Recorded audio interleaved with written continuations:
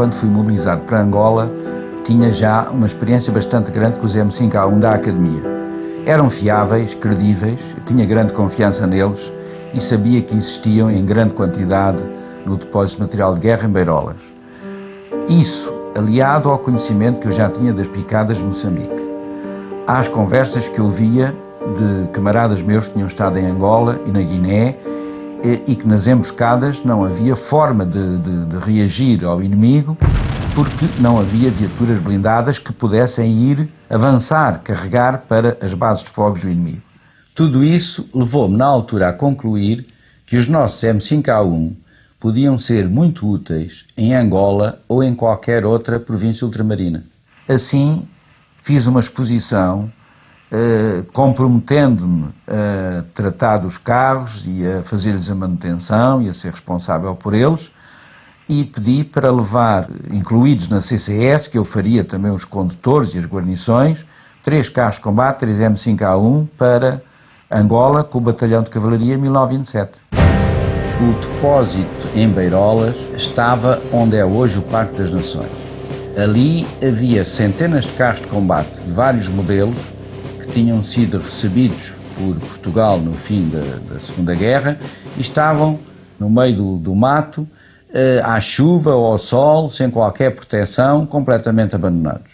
Foi aí, evidentemente, que eu fui escolher entre todos os que lá estavam os 3 carros de combate que estava autorizado a levar como viaturas de acompanhamento para Angola no nosso batalhão.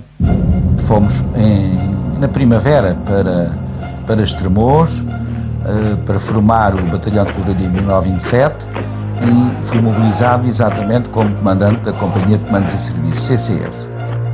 Como comandante da CCS, nos primeiros dias tive que preparar a companhia antes de lhes apresentar os carros de combate. Os carros de combate representavam apenas um pequeno núcleo numa CCS. E eu era comandante da CCS, não era comandante dos carros de combate. E além disso havia que transmitir-lhes um pouco do espírito cavaleiro para que resultasse a combinação. Quando realmente 2 dias depois foram apresentados os carros de combate, para jovens que nunca tinham visto, que nunca tinham treinado, nunca tinham passado por Santa Margarida, nem por unidades com carros de combate, com certeza que foi um choque ver uns carros que eles sabiam ainda por cima que não eram novos, que eram carros da Segunda Guerra Mundial. Quando cheguei a Estremoz, vindo da Escola Prática de Ciência Material, foi lá que fui incumbido, na altura pelo Capitão Mendes Paulo, nosso comandante de companhia, de escolher não só uma equipa de mecânicos, dentro dos mecânicos que me estavam atribuídos no meu pelotão, para prepararmos aqueles carros de combate para si para Angola. Eu, na altura, fiquei assim um bocado perplexo porque não estava, quer dizer, não estava à espera de chegar a Estremoz e de parar com aqueles 3 meninos para ter que os preparar. A primeira impressão que eu tive foi que, como não conhecia, até tinha receio, não é? E julgava que aquilo não servia, porque toda a gente dizia que aquilo não servia para onde a gente ia. Aliás, eu quando olhei para aqueles carros de ferro, assim, já sabia que era um carro de combate, olhei para aí e disse, a gente vamos levar isto para lá. Quando eu vim de Lamego, das operações especiais, cheguei a Estremoz e vi estes 3 carros de combate que estavam lá nas oficinas. Aproximei-me deles, uma certa curiosidade, e porque eu ouvi dizer também que eles iam connosco para Angola, aproximei-me deles para ver, espreitei lá para dentro, olhei para os motores, mais ou menos o funcionamento da máquina.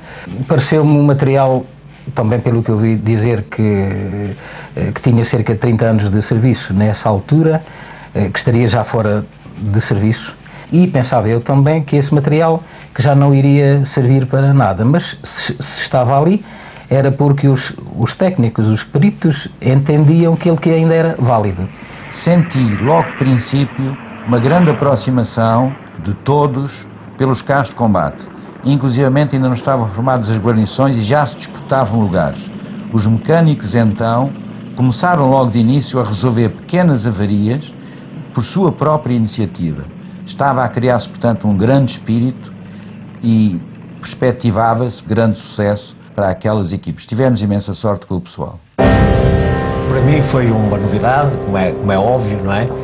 E foi uma grande experiência na medida em que tudo era estranho na minha pessoa e em geral julgo que todo o grupo era uma novidade extraordinária. E foi com muita vontade e com muita força que eu entendi que devia e consegui atingir certos e determinados objetivos. Eu acreditava nos carros, mas havia outro ponto muito importante. Eu tinha que levar os homens a acreditar que com aqueles carros de combate, mesmo velhos e cansados, podiam fazer uma boa equipe e obter ótimos resultados na nossa zona.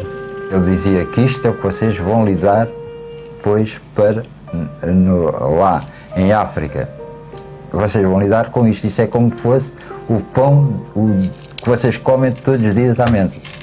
A partir daí a malta logo não achou isso muito, a palavra muito correta, mas começámos a ver de facto que nós tínhamos gosto para aquilo.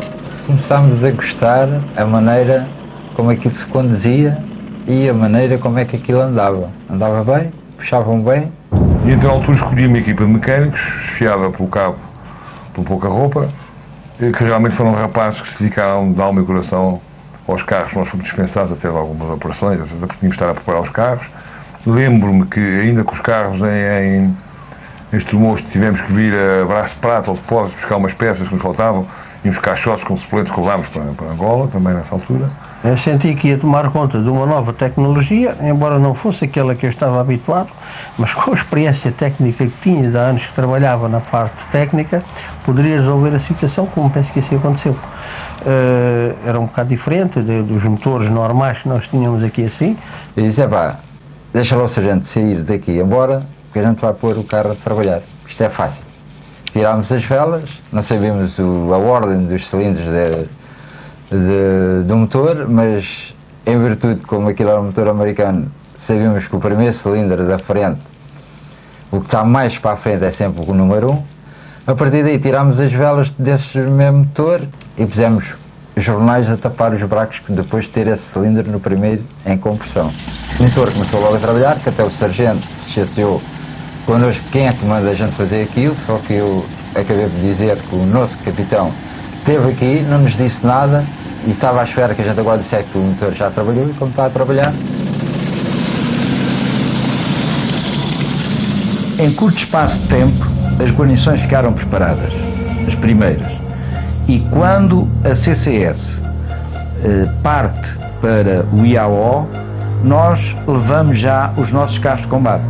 Enquanto se fazem exercícios e se realizam provas na carreira de tiro, nós continuamos a testar e a desenvolver o espírito de ligação homem-carro e a treinar as guarnições com a metralhadora e com o canhão.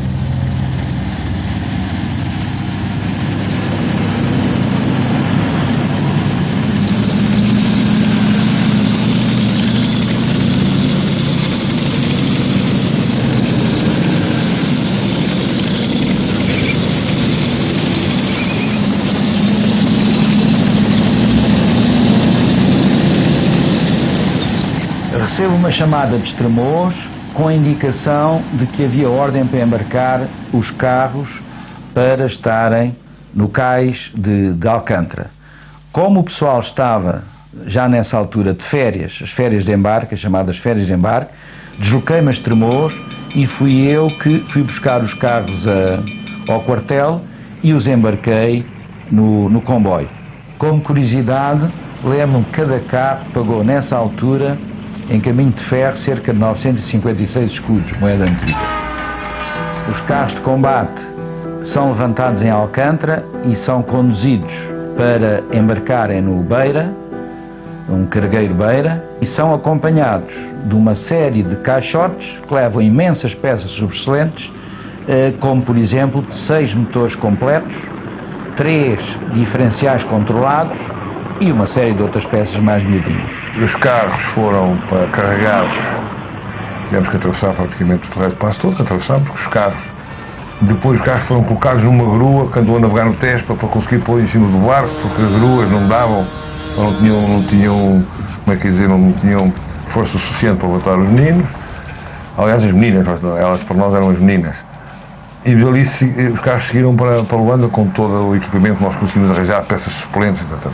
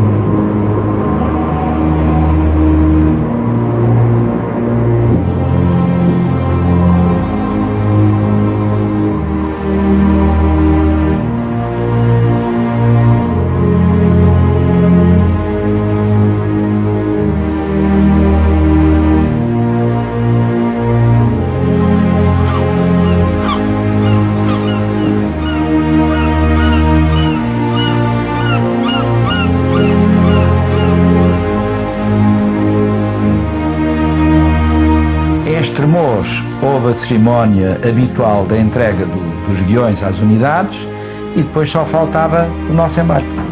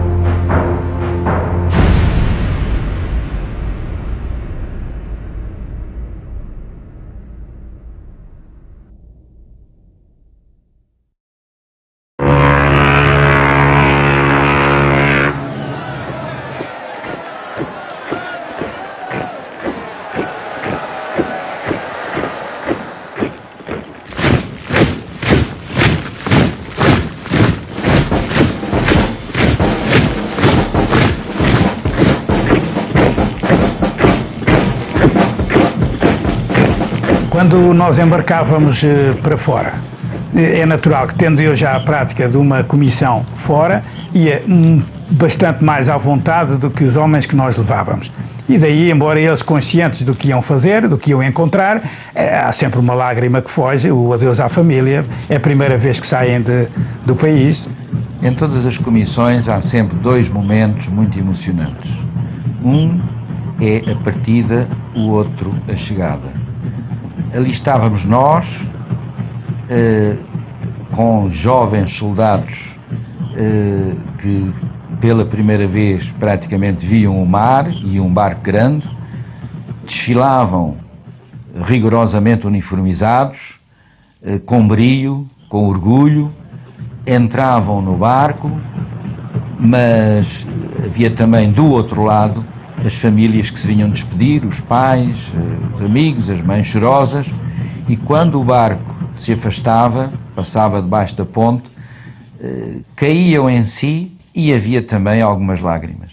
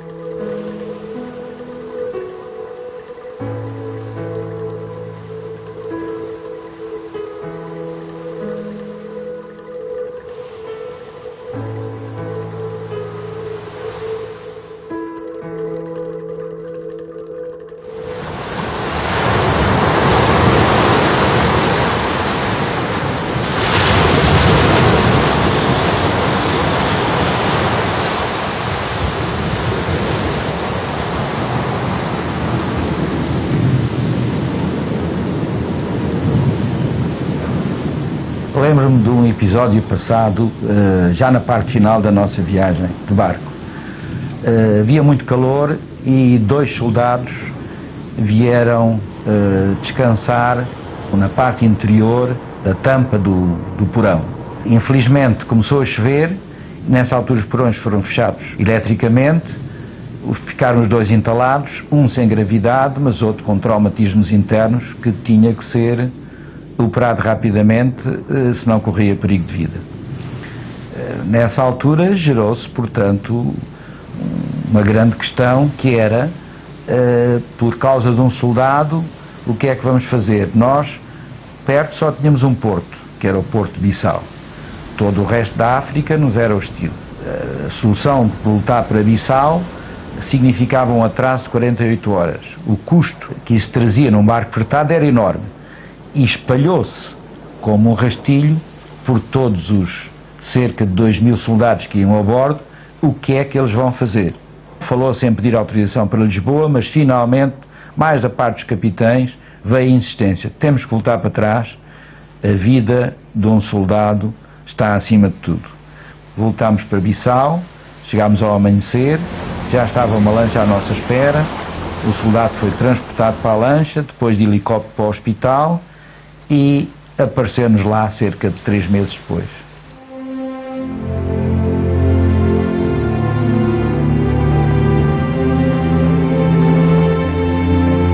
Este facto teve um efeito tremendamente moralizador nas nossas tropas.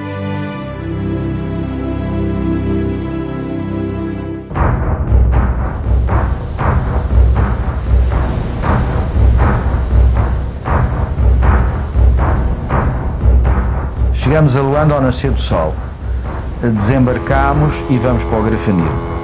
O Grafanil era um acantonamento perto de Luanda, onde se fazia a preparação da grande viagem depois para o destino, onde os militares recebiam armamento, onde nos eram distribuídas as viaturas, onde se faziam os últimos preparativos para depois seguirmos o nosso destino, que era Namboangong.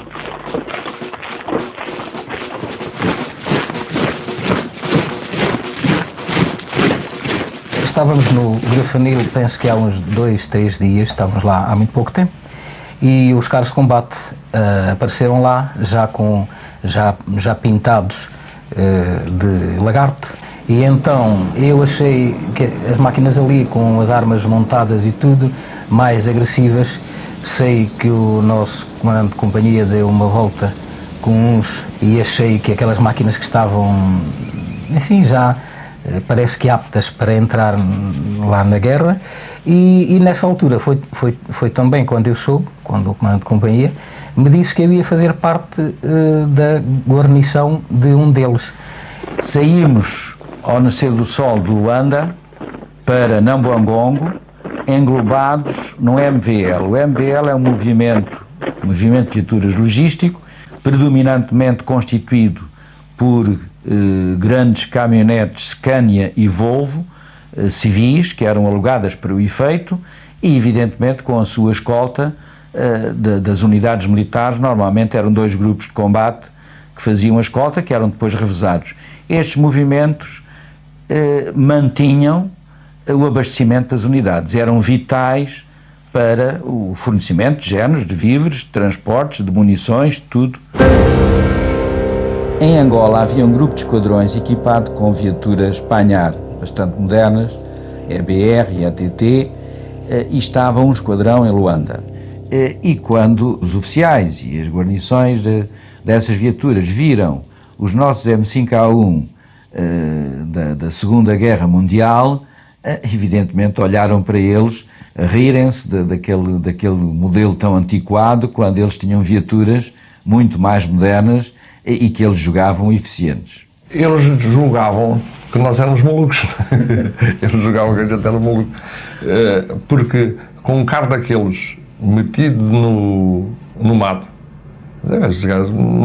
eles habituados àqueles com rodas e com as metralhadoras deles. Quando chegámos em Angola, que os carros foram para lá, logo ouvirmos no Alcatrão havia lá os nossos colegas que tinham as panhares, olharam para a gente com o sorriso nos lábios a gozar. Foi quando a gente chegámos à picada que a gente disse: agora esperem um bocadinho.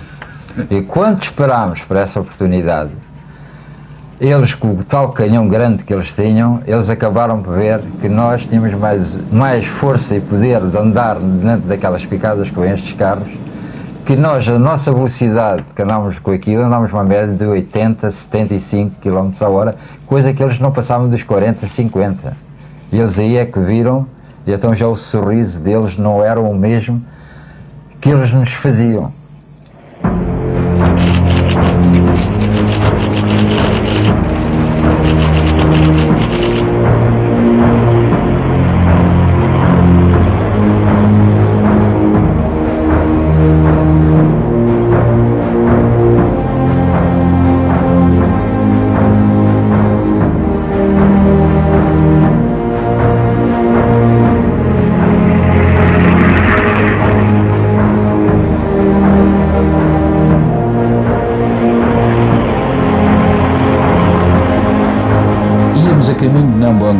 Até aqui tinha corrido tudo bem, tínhamos tido imensa sorte, mas neste momento eu realizei que agora é que as coisas iam começar a sério.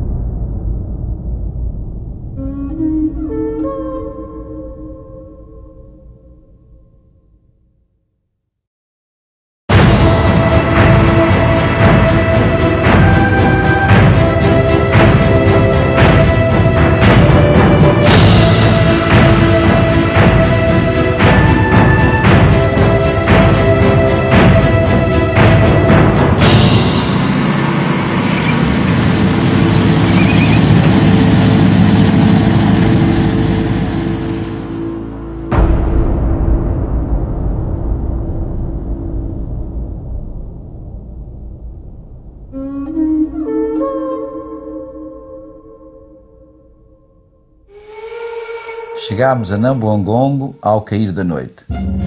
Nambuangongo era a capital mítica do FNLA e, evidentemente, a sua tomada foi uma vitória para as nossas tropas, foi uma derrota para o inimigo. Nambuangongo parecia um camelo, tinha duas bossas, de um lado estava a CCS, Companhia de Comandos e Serviços, do outro lado estava uma companhia operacional. Pelo meio havia casas destruídas, havia um pelotão de apoio direto, havia o cruzamento de todos os caminhos que se dirigiam para o norte. Havia também um símbolo, que era a igreja, que foi deixada incólume, com a retirada do inimigo à aproximação das nossas forças, onde havia um depósito de água e um cemitério onde estavam enterrados soldados de várias gerações. A região dos Demos foi sempre o coração da FNLA. Nessa altura, tinham as suas bases exatamente na floresta densa que rodeava Nambuangongo. Assim, podiam fazer emboscadas sempre que tal entendessem, porque sabiam que nós éramos obrigados a passar por aquelas picadas que o eixo de Balacém, de Beira Baixa, Nambuangongo, e depois seguindo mais para norte, para Zala, para a Fazenda Madureira. Portanto, em qualquer desses pontos eles podiam nos emboscar. Quando chegámos a Angola com o batalhão 1927, a minha companhia 1773 foi escalada para ficar na Fazenda Beira Baixa. Era uma fazenda de café, mas sabíamos já à partida que a zona era extraordinariamente quente. Portanto, o inimigo estava em força naquela zona e era com isso que tínhamos que nos debater. Desde o início ficou estabelecida a forma de atuar dos carros de combate em colunas. Um seguia na frente, o outro no meio ou atrás e o terceiro ficava na base, em contacto rádio com os outros 2 carros. Esse contacto rádio era fundamental, só quem anda debaixo de fogo, numa picada, é que sabe o valor de uma ligação permanente que os rádios SR-528 asseguravam. As colunas militares, os chamados MVLs, transportavam populações de um lado para o outro e dávamos boleia a quem estivesse interessado.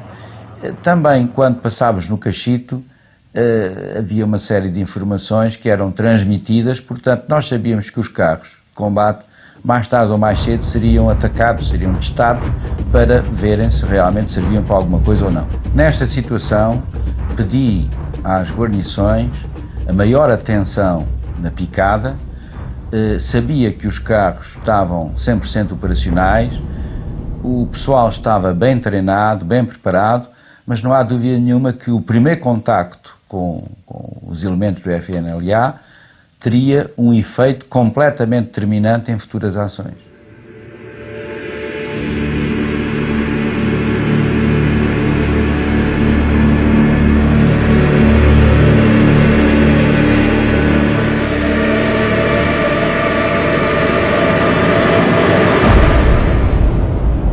Foi de madrugada, era bastante cedo, ainda não se via nada. No entanto, o carro de combate tinha umas luzes bastante potentes e como eu ia no carro da frente, numa zona em que estava toda inundada de água, veio as pegadas. E eu ia sempre preparado para ver minas ou coisas no género. No entanto, naquele dia eu vejo uma pegada, ou 2 ou 3, eu via andar para dentro de água. Pensei que alguém tivesse ali a pôr uma mina dentro de água. O nosso capitão, que ia a comandar a coluna, disse-me assim: você vai com o carro de combate para aquele morro lá em cima. E eu disse-lhe assim a ele: meu capitão, mete a cabeça para dentro ou fica assim? E ele disse assim: não, vá assim que não há problemas. Assim que ele me disse isto, apanho uma rajada assim mesmo a bater no carro, passaram aqui para a cabeça e agarro nas alavancas, meto para dentro e fui para o lugar onde ele me disse. Era uma emboscada que nós estávamos aqui numa emboscada, por uma zona, uma altura de tiroteio. No entanto, o nosso alferes, por meio de rádio, manda-me avançar contra de onde vinham os tiros.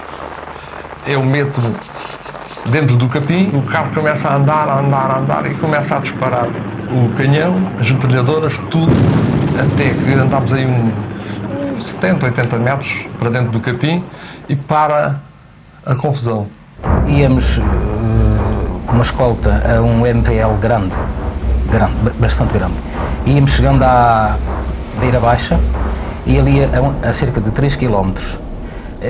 Uma emboscada muitíssimo grande, de maneira que os tiros começaram, eu ia atrás, os tiros começaram mesmo ali assim ao pé de mim, enfim, toda a gente foi para o chão e abrigaram-se, é claro, e eu disse a essa secção que ia muito próximo de nós: estejam muito sossegados e deixem isto comigo, connosco, com esta equipa aqui assim dentro. E então reagimos em força, com a peça para as palmeiras, para a base das palmeiras, com metralhadoras para um lado e para o outro, varremos aquilo tudo, saímos daquela situação sem feridos, sem mortos, sem problema nenhum.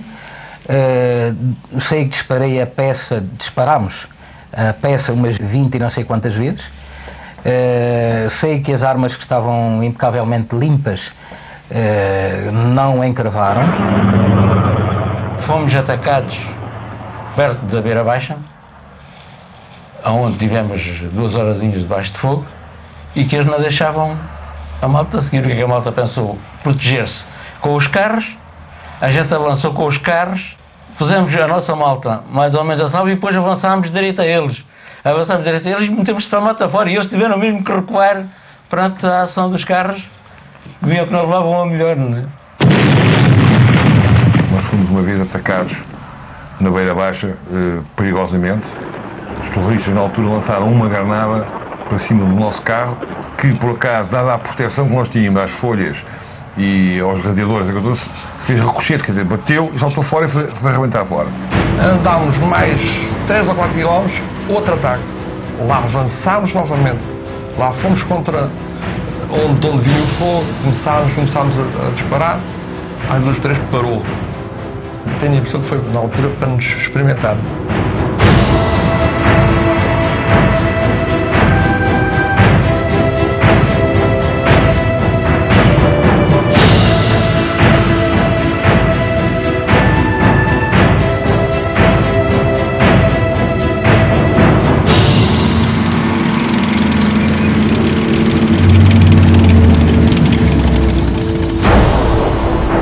Estive uma que o ex-alfeste Saraiva comentou, realmente foi dura.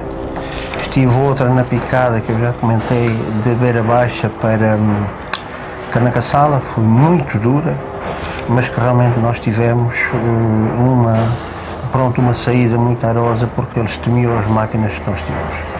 E realmente os carros de combate que aqui diziam estar na secata, penso que defenderam muitas das nossas vidas e a posição que nós tínhamos em Angola na altura.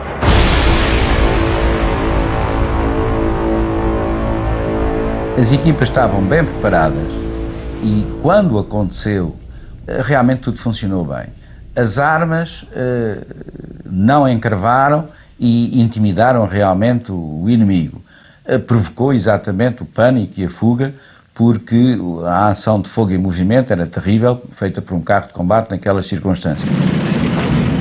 A zona era muito grande, a área. Portanto, qualquer ação, muitas vezes, era para longe do sítio da sede da companhia. Quando se propiciava, éramos acompanhados com os carros de combate M5A1, nos dava grande proteção, nos dava grande segurança e confiança. Tivemos uma operação a nível de setor, neste caso em Santa Eulália, e que efetivamente tivemos de fogo durante 4 horas e nunca por nunca senti qualquer receio em relação ao que aconteceu ou que viesse a acontecer. Não senti medo, senti-me protegido. Principalmente eu, como trabalhava com o canhão, e a metralhadora estava acoplada ao canhão, depois eu fazia fogo com o canhão e a metralhadora junto acoplada ao canhão. Nada do que aconteceu com os carros de combate M5A1 teria sido possível se não houvesse um extraordinário espírito de equipa. Assim, quando chegavam os carros a Nambangongo, a primeira preocupação dos mecânicos e das outras guarnições era virem saber o que é que se passava, o que é que era preciso arranjar, o que é que era preciso fazer para estarem operacionais no mais curto espaço de tempo. Nunca houve uma avaria na picada, nunca nenhum ficou lá na picada, portanto, corrido das maravilhas. Só que nós, no dia seguinte, aquilo era tudo visto à lupa, as lagartas, os motores, os níveis de óleo, os filtros do óleo, enfim, tudo.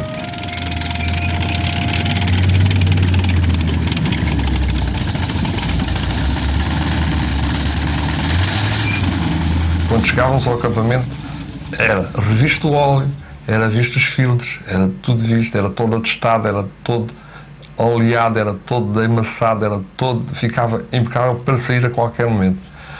Eu tenho a impressão que era por isso que nós nunca tivemos problemas de avarias de carros, não é nada disso.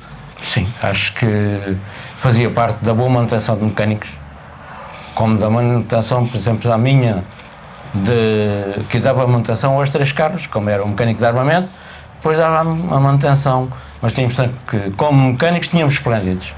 Na manutenção dos carros, aquilo, os motores nunca falhavam. Epá, tu és mecânico, tu és capaz de ver isto, epá, eu respondi, dentro do que vejo estes motores, para mim acho simples. Embora seja uma coisa antiga, mas acho simples.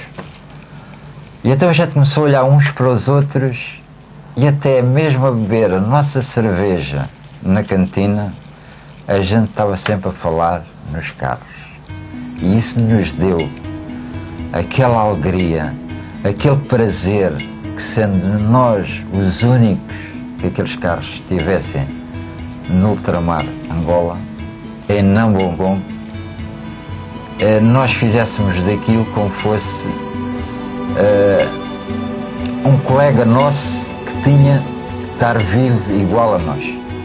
Até escrever para a família, mandar fotografias do que a gente fazia lá, as nossas peripécias do que se fazia. Nós tínhamos de defender uma causa que pensávamos ser nossa. E aí nós não pensávamos em nada, pensávamos em defender a nossa situação e a daqueles que nos acompanhavam. Íamos para todo lado. Eu avancei por morros, por árvores, sei lá, consegui abrir estradas para que os animais passassem e felizmente penso que ajudei e colaborei com todos os meus colegas. Nunca mais esquecerei na vida.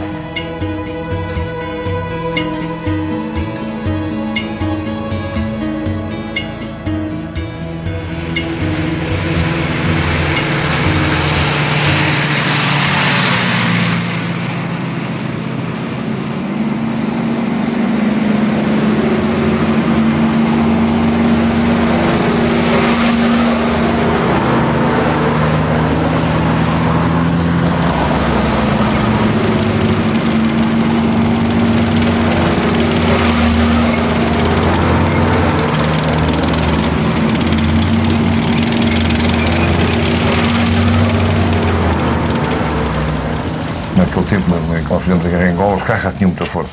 Mas com aquela pujança que eles tinham, aquele trabalhar, aqueles 2 motores de 8 cilindros em V ali a puxar por aquilo, só Deus sabe das experiências que nós passámos e das vezes que ajudámos aqueles camionistas que faziam os MBEs, que tínhamos que os rebocar e tínhamos, às vezes empurrar, não havia hipótese de passar à frente, então empurravam-se aquilo ia tudo à frente dos carros. Não havia nenhuma autometralhadora que conseguisse trazer 12 ou 13 caminhões de reboque, como nós às vezes conseguíamos trazer nas picadas. Quando chovia na altura das chuvas, os caminhões carregados de mantimentos do MVL para reabastecer a todas as companhias na área, e nós conseguíamos rebocar tudo quando eles ficavam atolados. Mesmo quando pedia, pá, capaz de ir lá embaixo, subir, deitar palmeiras abaixo, limpar o capim, árvores que estavam, a gente ia lá, nunca tinha problemas.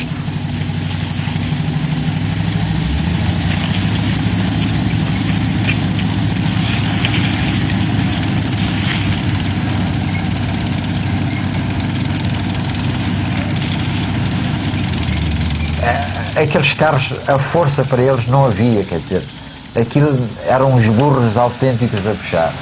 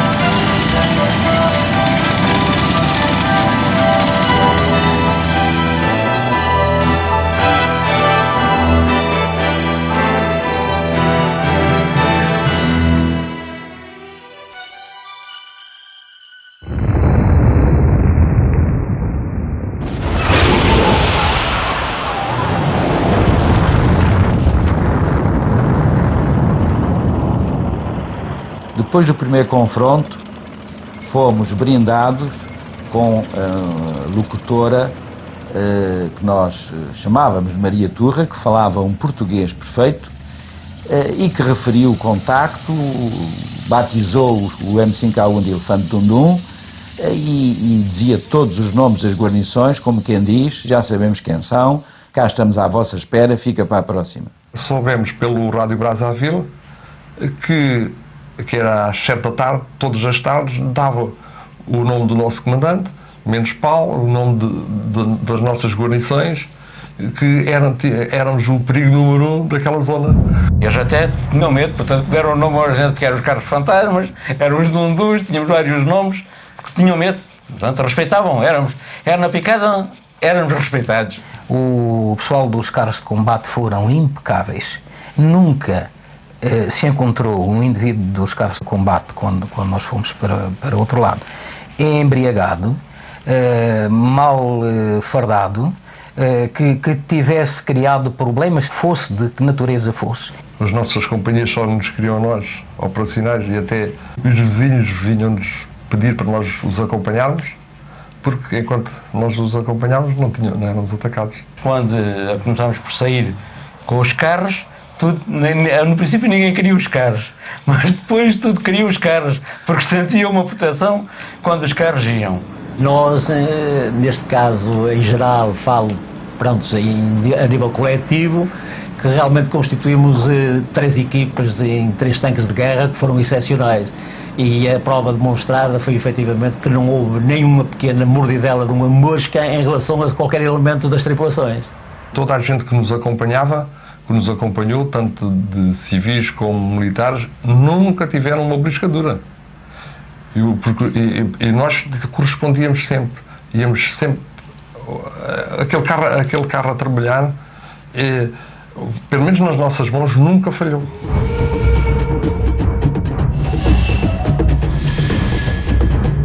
A ação desses carros trouxe uma melhoria, uma subida de rendimento das nossas tropas que pode ficar assinalado em qualquer relato que seja feito. Quando nós íamos, os soldados sentiam-se muito mais seguros. Eles até costumavam dizer assim: hoje vão os carros de combate, então hoje vamos seguros, podemos ir à vontade. E assim aconteceu sempre. Quando o Batalhão de Cavalaria 1927 entregou os carros de combate ao batalhão que estava em Zala, que era de cavalaria, era o 2854, os carros foram entregues 100% operacionais, 1 ano e 3 meses depois de terem chegado a Nambuangongo. E assim, deste batalhão passaram para outro e foram passando de batalhão em batalhão até 1974. Na minha comissão seguinte foi como integrando o batalhão 3836, que fomos para Zala, nesse caso como oficial de operações. Tinha como inimigo FENELA, que estavam na minha anterior comissão, portanto eu sabia bem como é que eles funcionavam, e quando lá cheguei fiquei surpreso, ao mesmo tempo satisfeito, por ver lá os M5A1 que tinham atuado no 1927. Tive pena que um deles já estava praticamente abatido, porque sofreu um incêndio. Os outros 2, pensei, bom, temos que pôr isto a funcionar, vamos arranjar maneira, vamos pedir a alguém, e pediu-se ao ASMA, portanto o Agrupamento de Serviço Material de Angola, que mandasse um especialista para ajudar a nossa secção de manutenção a pôr os carros a funcionar. Conseguiu-se pôr, um deles continuou a andar, o outro menos, mas também não tínhamos na altura já a mesma capacidade de recuperação que tínhamos no 1927. Mais tarde, quando chego a Angola, em 71, 73, na zona de Zala, o batalhão estava em Zala, eu estava na Bela Vista Norte, pela primeira vez, quando me desloco a Zala, e vi um carro de combate, um M5A1. Tal foi o meu espanto que, passados quase já uns bons 14 anos de ter sido preparado e sido ensinado com os M5A1, ver naquela terra longínqua, em África, um M5A1 que eu pensava que, com os calores existentes, aquilo era impossível trabalhar lá. Mas não, vinha saber da história e quem os tinha levado e que resultados tinha obtido. No meu tempo, sei que só um carro já trabalhava, mas mesmo assim, sempre que possível, ia à picada e continuava a fazer os seus estragos.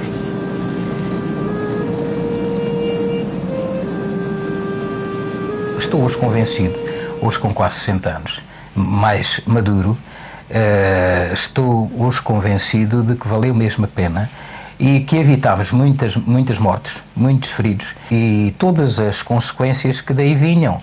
Valeu a pena e foi útil. Para já, útil para a proteção do pessoal. Acho isso uma base principal. A primeira base principal é a proteção das nossas tropas, não é verdade? 37 anos depois, tenho 2 filhos, mas se fosse preciso voltar, eu voltava outra vez. Não estou arrependido do que fiz.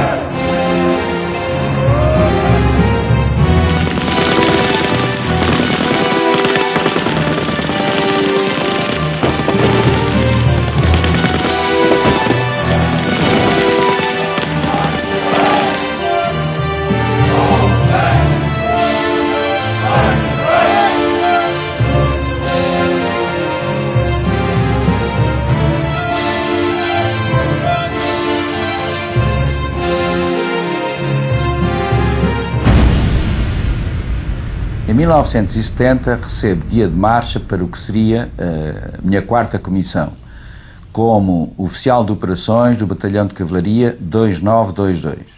Iniciámos a escola de quadros e aí fui encontrar jovens oficiais e sargentos milicianos de alta qualidade, numa altura em que a guerra já assumia grandes proporções nos 3 teatros de operações.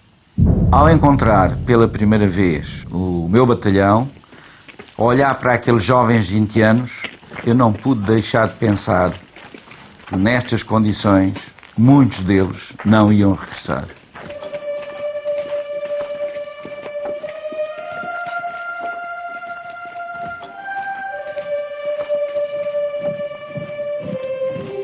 Esforçámos para preparar o pessoal com exercícios muito violentos e muito duros e conseguimos resultados bastante bons com uma grande motivação de todo o nosso pessoal.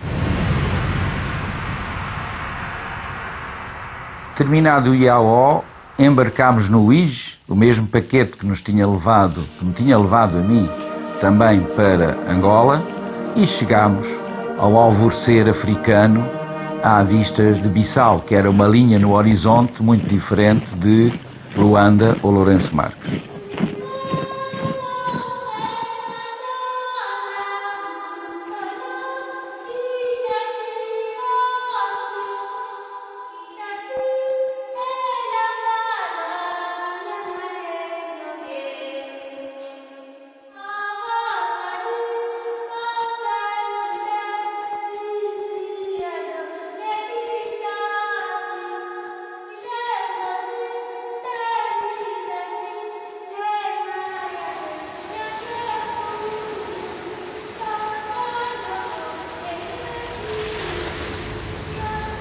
O navio, o UIJ, ficava ao largo e, portanto, o pessoal era transportado para a terra em lanchas da nossa marinha.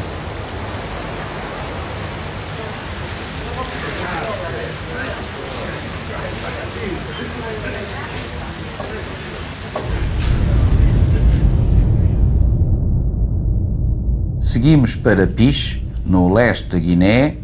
Tínhamos 2 companhias destacadas, uma em Canclifá e outra em Buruntuma. Buruntuma estava praticamente na fronteira com a Guiné-Bissau. A de Canclifá estava ao norte, perto do Senegal. Quando cheguei à Guiné, a primeira coisa que sentimos realmente é aquela baforada de calor e de umidade. Quando, passados uns dias, consegui ir visitar o esquadrão, que estava sediado em Bafatá, e fui de helicóptero, aí vi realmente o que era a Guiné e a água que tinha e não sabíamos onde é que havíamos de pousar. Enfim, é um choque bastante grande. Piche era um aquartelamento que estava rodeado por abrigos. Esses abrigos eram construídos em terrados e quando o nosso soldado, quando lhe é destinado um abrigo, chega lá, olha, vê um buraco infecto, com o chão de lama, com as paredes a escorrerem umidades e realiza, é aqui que eu vou viver 2 anos, é aqui que eu vou passar este tempo da minha vida. Com o grande poder de adaptação do nosso homem, do soldado português, no dia seguinte começa a melhorar as suas condições, é um banquinho, é o chuveiro, é a fotografia da namorada e ao fim de 8 dias está praticamente adaptado àquelas condições. Estava em Piche quando chega um rádio do maior mandando-me apresentar no comando-chefe no primeiro meio de transporte. Apanhei um Alouette, um helicóptero, que durante a noite saiu de Nova Lamego para Bissau. Foi uma viagem interessantíssima porque foi de noite, a grande altitude, parecia que estava suspenso sobre a terra nessa viagem que fiz até Bissau. Chegado a Bissau, fui logo a encontrar-me com o general Spínola, entrei no gabinete e ele disse-me, então, Mendes Paulo, conte lá essa história dos M5A1 em Angola, eu já sei o que se passou, mas quero ouvir da sua boca. O general Spínola, depois de me ouvir com atenção, disse, olha, vou mandá-lo já para a metrópole, porque preciso rapidamente desses carros cá, para manter os itinerários principais abertos, portanto vai lá e traga-me a maior quantidade possível dos carros de combate M5A1. Assim foi, embarquei para a metrópole, apresentei-me logo no dia seguinte ao General dos Landes. A primeira reação foi bastante positiva, mas quando cheguei à quarta repartição disseram-me: Mendes Paulo, estão a enganá-lo, porque os M5A1, embora obsoletos, continuam a ser material nato. Nós já tivemos queixas da sua utilização em Angola, portanto não lhe os podemos dar de maneira nenhuma. Informei o General Spínola, ficou furioso, houve uma certa troca de palavras, e aqui, para realmente calarem o General Spínola e para não ir de mãos a abanar, havia umas viaturas que estavam nessa altura em vias de serem adquiridas pelo Exército, mas ainda em fase de treinos, que eram as viaturas Chaimite. E foi 5 dessas viaturas que recebi e fomos para Bissau com elas. As primeiras impressões, quando vi as Chaimites, era uma bufurada de ar fresco. Portanto, quem estava a lidar com as Fox e com as Hunters, com as Hunters que ainda tivemos uma, as Chaimite traziam-nos qualquer coisa de novo e uma esperança. Eu recordo-me que havia uma Fox que tinha um livrete de manutenção assinado por um sargento americano e que teria entrado na Segunda Guerra Mundial no Egito. Tão rapidamente quanto possível, começámos a preparação do pessoal para levar as Chaimites. O treino de condução foi dado por condutores da Bravia, que fizeram uma exposição rápida sobre as capacidades da viatura e uma demonstração anfíbia na Lagoa Azul.